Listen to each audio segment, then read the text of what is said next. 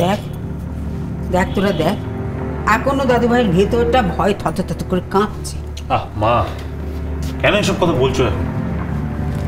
প্রতিমার সঙ্গে কথাটা আগে শেষ হোক। প্রতিমা, তুমি আরেকবার ভালো করে ভেবে নাও। আমি তো আপনাকে যা বলার বলে দিয়েছি দাদা, কেন আমাকে আবার ভাবতে বলছেন বলুন তো?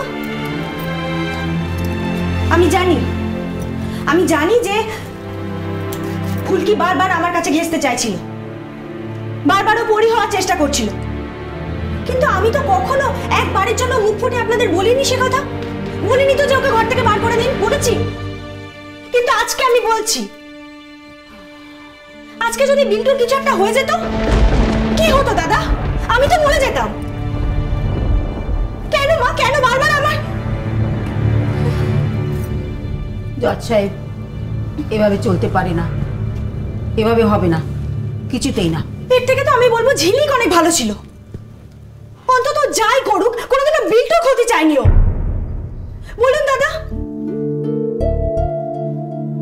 ও সবসময় বিল্টুকে আগলে রাখতো। কখনো কখনো যদি বিল্টুর গায়ে একটা মশা পর্যন্ত বসেছে, ওর মন কেঁদে উঠেছে, আমি জানি। আর ফুলকি নিজে ইচ্ছে করে বিল্টুর ক্ষতি করতে গেছে। ও আমার কাছে ঘেঁষার জন্য বিল্টুরও ক্ষতি করতে পারে। পরিষ্কার হয়ে গেছে এটা আজকে। না দাদা, হবে না, ও এই ঘরে থাকবে না, ওকে এখান থেকে যেতেই হবে। এটাই তোমার শেষ সিদ্ধান্ত? আচ্ছা বড়দা, তুমি কি চাইছো বলো তো? ফুলকি এই বাড়িতে থাকুক? না রে বাবা, আমি তা চাইছি না। তাহলে কি চাইছো? কেন বারবার একই প্রশ্ন করছো বড়দা? তুই ভাই প্রশ্নটা করছিস কেন? হ্যাঁ, কেন জানিস না? এই প্রতিভাকে তোরা চিনিস না? ও যদি কাউকে শাস্তি দেয়, ও সবচেয়ে বেশি কষ্ট পায় নিজে।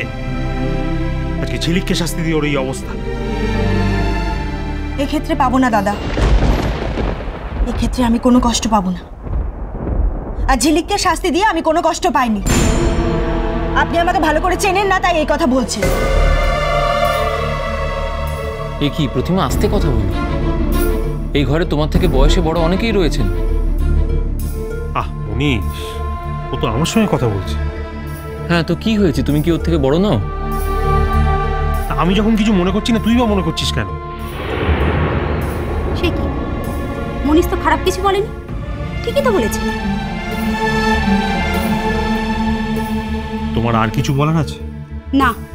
বলার যখন নেই, তখন ফোড়ন কাটার সময় তুমি চুপ করে থেকো দয়া করে, তাতে তোমারই মঙ্গল হবে। তাহলে ডিসিশনটা কি হলো? ডিসিশনটা তো আমি জানাবো না দীপু, বাবা বলবেন। বাবা বলুন। আমি যা করেছি চিরটা কাল বাড়ির লোকেদের মত নিয়েই করেছি। ঠাকুর, একজন যেন আমার হয়ে কথা বলে, যে কেউ। পিসি ঠাম্মা এখানে থাকলে আমার হয়েই কথা বলতো। পিসি ঠাম্মাকে তো তুমি দূরে নিয়ে গেছো, অন্য কাউকে তো তার বদলে পাঠিয়ে দাও। সবার মতটা আপনি শুনলেন বাবা? আমি এর মাঝখানে একটা কথা বলবো না, মানে অন্য ব্যাপারে, ফুলকির ব্যাপারে নয়। কেন? এখানে তো ফুলকির ব্যাপারে কথা হচ্ছে, তুমি অন্য ব্যাপারে কেন বলবে? তুই চুপ কর না একটু, বলো কি বলবে তুমি। না মানে বিল্টুর তো শরীর খারাপ, ও নাইবা এখানে থাকলো, আমি ওকে ঘরে নিয়ে যাব? না না না, ওকে আমি কারো হাতে ছাড়বো না। তাহলে বলো আমি চলে যাই। মা, তুমি কোথায় যাবে? তোমাকে থাকতে হবে এখানে। তাহলে তোমরা কি কথাবার্তা বলবে তাড়াতাড়ি বলো বাপু, ওর শরীরটা খারাপ, আমি ওকে নিয়ে ঘরে যাব। বেশ, ফুলকিকে তাহলে বোর্ডিং স্কুলে পাঠানো হবে। মনীষ, তোমার কোনো আপত্তি আছে? না বাবা, আমার তো কোনো আপত্তি নেই, আপনি যা ভালো বুঝবেন তাই করুন। না, তোমার কথা শুনে মনে হচ্ছিল তোমার বোধহয় কিছু আপত্তি আছে, থাকলে বলতে পারো। বাবা, আপত্তি যদি থাকে তাহলে সেটা প্রতিমার ব্যাপার। প্রতিমা যেন আবার নতুন করে কোনো গন্ডগোল না করে। আপনার মনে আছে তো আগের বার কি হয়েছিল? ফুলকিকে বোর্ডিং স্কুলের গেট থেকে ফিরিয়ে এনেছিল। এবার যাওয়ার আগে প্রতিমাকে কিন্তু কথা দিতে হবে। কথা দিলাম, আমি ওকে আর ফিরিয়ে আনবো না। আর আমি কেন, আমি কাউকে ওকে ফিরিয়ে আনতে দেবও না। যে আমার ছেলের ক্ষতি করতে চায় তাকে আমি কিছুতেই এই বাড়িতে ফিরে আসতে দেব না। সিদ্ধান্ত হয়েই গেল, যদিও একটু সমস্যা থেকে গেল। কি সমস্যা বাবা? সবকিছুরই তো একটা নিয়ম আছে। বছরের শেষে কাউকে তো কোনো বোর্ডিং স্কুলে এভাবে ভর্তি করা যায় না। তবে আমার পরিচিত একটা বোর্ডিং স্কুলে আমি বলে কয়ে ব্যবস্থা করতে পারি। হ্যাঁ বাবা, আপনি বরং তাই করুন। আর তাছাড়া মা যখন চাইছেন, যেভাবেই হোক ওকে পাঠাবার ব্যবস্থা করুন। কিন্তু ওখানে কি নামে ভর্তি হবে ও? আর তাছাড়া গার্জেন হিসেবে বা কে থাকবে? কেন? ওর যা নাম সেই নামেই ভর্তি হবে? না বড় বৌমা, অনাথদের কোনো জায়গা নেই ওখানে। আর তাছাড়া ট্রান্সফার সার্টিফিকেট লাগবে। তা সেসব তো স্কুল থেকেই দেয়। সেটাই তো সমস্যা। এই স্কুলে তো পরি মুখার্জির নাম নিয়েও ভর্তি হয়েছিল, তাই তো বাবা? হ্যাঁ, এখানকার সার্টিফিকেট দিয়েই যদি ওকে ভর্তি করতে হয় তাহলে তো ওই নামেই ভর্তি করতে হবে। না না, এ কি, ও হঠাৎ পরীর নামে ভর্তি হবে কেন? আমার কোনো আপত্তি নেই।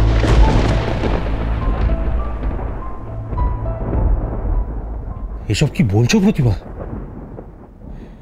তুমি তুমি জানো এর ফল কি মারাত্মক হতে পারে? প্রতিভা, তুমি আইন জানো না তাই এসব কথা বলছো? আইন আমি জানি না দাদা, আপনারা আইনের লোক, আপনারা আইন জানবেন। আমি মা, আমি শুধু আমার ছেলের কথা ভাবব। আমার ছেলেকে ভালো রাখার জন্য যদি আমার হারিয়ে যাওয়া মেয়ের নাম কাউকে দিয়ে দিতে হয় তাহলে আমার তাতে কোনো আপত্তি নেই।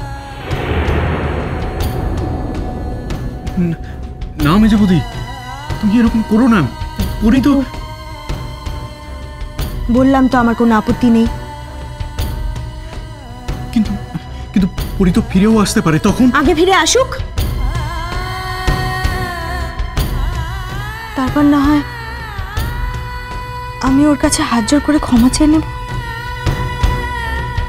কিন্তু বাবা, আর যদি কোনো উপায় না থাকে তাহলে ওকে এই পরি নাম দিয়ে এখান থেকে বিদায় করুন।